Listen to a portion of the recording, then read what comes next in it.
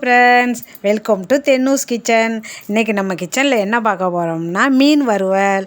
வாங்க பார்க்கலாம். இன்றைக்கி நான் வறுக்கிறதுக்கு என்ன மீன் வாங்கியிருக்கேன்னா முரல் மீன் வாங்கியிருக்கேன்.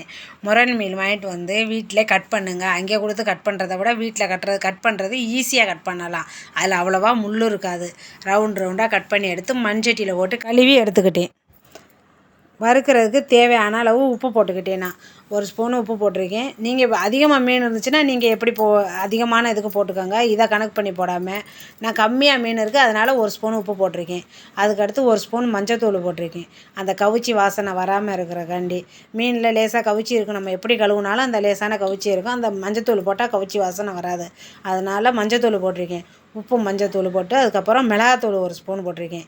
தனி மிளகாத்தூள் எல்லாம் கலந்து அரைச்ச மிளகாத்தூள் போடாதீங்க. தனி மிளகாத்தூள் நான் போடுறேன். உங்களுக்கு எப்படி இஷ்டமோ அப்படி போட்டுக்கோங்க. நான் வீட்டு மிளகாத்தூள் போடலை. தனி மிளகாத்தூள் இதுக்குன்னு மீன் வறுக்கிறதுக்கு தனியாக வச்சுருக்கேன். அதனால் தனி மிளகாத்தூள் போட்டிருக்கேன்.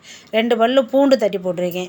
அந்த பூண்டு வாசனை நல்லாயிருக்கும். அதனால் பூண்டு தட்டி போட்டுட்டு பாதி எலும்புச்சம்பழம் முழிஞ்சு விட்டுருக்கேன். அந்த புளிப்பு அந்த காரத்துக்கு அந்த புளிப்பு நல்லாயிருக்கும். அதனால் பாதி எலும்புச்சம்பழம். 1 ஸ்பூனு மிளகுத்தூள் போட்டிருக்கேன். ஏன்னா நம்ம சேர்த்து அரைச்ச பொடி போடலையில் அதனால் தனி மிளகாத்தூள் போட்டிருக்கேன். அதனால் 1 ஸ்பூனு மிளகுத்தூள் போட்டிருக்கேன். மிளகுத்தூள் போட்டுட்டு அதுக்கப்புறம் 1/4 டீஸ்பூன் சோம்புத்தூள் போடணும். அது போட்டால் லாஸ்ட்டு அந்த வாசனை நல்லாயிருக்கும். அதனால் 1/4 டீஸ்பூன் சோம்புத்தூள் போட்டுக்கோங்க. லாஸ்ட்டில் கார்ன்ஃப்ளவர் போடணும். அந்த மசாலா எல்லாம் ஒட்டுறதுக்காண்டி கார்ன்ஃப்ளவர் போட்டுக்கிட்டேன்னா போட்டு பரட்டி வச்சா அது மசாலா உதிராமல் இருக்கும். அதனால் கடைசியில் சோள மாவு கார்ன்ஃப்ளவர்னு சொல்கிறோம், சோள மாவு அது கார்ன்ஃப்ளவர் போட்டு அது எல்லாத்தையும் பிரட்டி ஒரு 10-15 நிமிஷம் ஊற வைக்கணும். 15 நிமிஷம் ஊற வைக்கணும். ஊற வச்சு அந்த எல்லாம் உப்பு காரம்லாம் நல்லா சார்ந்து அப்புறம் வறுத்தோம்னா நல்லாயிருக்கும். அது மொறுன்னு இருக்கும். அது உடையாமல் மீனும் உடையாது. அந்த மசாலா அந்த மாவு போட்டதுனால எல்லாம் ஒட்டிக்கிட்டு நல்லா சூப்பராக வரும். இது மாதிரி செஞ்சு பாருங்க. ரொம்ப சூப்பராக இருக்கும். டேஸ்ட்டு ரொம்ப நல்லாயிருக்கும். நான் இன்றைக்கி விறகு அடுப்பில் மீன் வறுக்க போகிறேன். மண்சட்டியில் மீன் வறுக்கிறேன் பாருங்கள். விறகு அடுப்பில் பாரம்பரியமாக நம்ம முன்னாடிலாம் விறகு அடுப்பில் தான் செய்கிறது. அது மாதிரி செய்வோமே. இன்றைக்கி விறகு அடுப்பில் செய்கிறேன். நீங்களும் செஞ்சு பாருங்கள். நல்லாயிருக்கும். எண்ணெய் ஊற்றிக்கிட்டேன். நல்லா எண்ணெய் காஞ்சோடனே மீன் எடுத்து போடுங்க.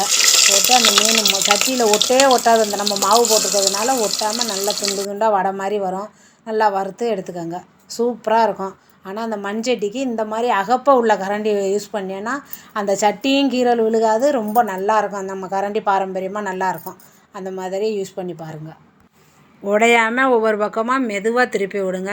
உடையாது. அந்த மாவு போட்டிருக்கிறதுனால உடையாது. நான் திருப்புறேன் பாருங்கள். எப்படி ஒரு இத்தனையோடு அந்த மீன் உடையவே இல்லை பாருங்கள். வறுத்து எடுத்தாச்சு. நல்லா எவ்வளோ டேஸ்ட்டாக எவ்வளோ அழகாக வந்திருக்கு பாருங்கள். என் வீடியோ பிடிச்சிருந்துச்சின்னா லைக் பண்ணுங்கள், ஷேர் பண்ணுங்கள், சப்ஸ்கிரைப் பண்ணுங்கள்.